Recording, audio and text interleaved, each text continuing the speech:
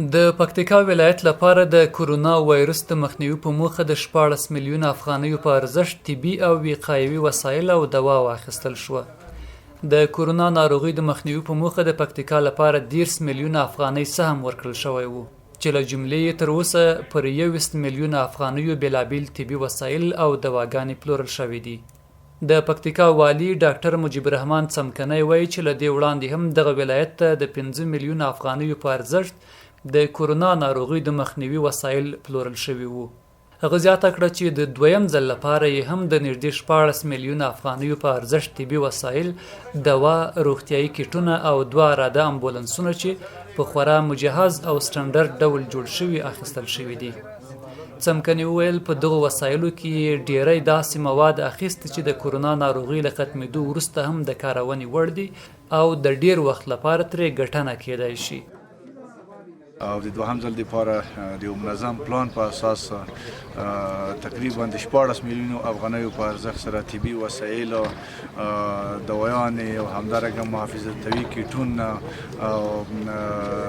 ضد عفوني مواد او همدارنګه دغه 2 اراده امبولانسونه چې دلته تاسو ګورئ چې په مجهز او سټنډرډ ډول سره جوړ شوي دي،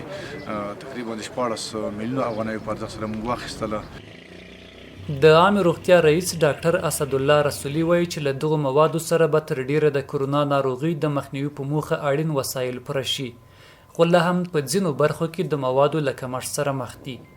خو د تیر ځل موادو په خریدارۍ یو شمیر مدني فعالانو او فیسبوکیانو نیوکې لرلې او ویلي چې ډیری مواد یې په خورا لوړه بیه پلورلي او فساد هم پکې شوی دی.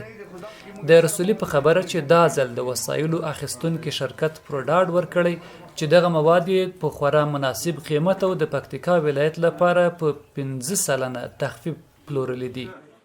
نو په دې خاطر باندې کېدلی شي ځینې توکي قیمت لوړ وي، ځینې توکي چې د نظر مقابل دکان ته چې دی د هغې توکي قیمت ټیټ وي او مجموعي قیمت یې نظر مقایسوي ډول باندې نظر دوی موږ ته اطمینان راکړه چې په ټول بازار کې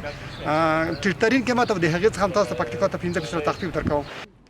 په ورته مهال د پکتیکا والي هم د دغو موادو د کیفیت، ارزښت او قیمت په اړه ولس او په ځانګړي ډول مدني فعالانو ته ډاډ ورکوي چې له پوره شفافیت څخه کار اخیستل شوی او دغه پیسې په مناسب ځای کې لګېدلې. د یادونې وړ دی چې تر اوسه پکتیکا کې 43 تنه پر کورونا وایرس اخته شوي، 1 تن خپل ژوند له لاسه ورکړی او 14 تنه نور تر درملنې وروسته کورونو ته رخصت شوي دي. همدا نن په دغه ولایت کې 4 پیښې مثبت شوي چې د مرکز شرنې اوسیدونکي دي.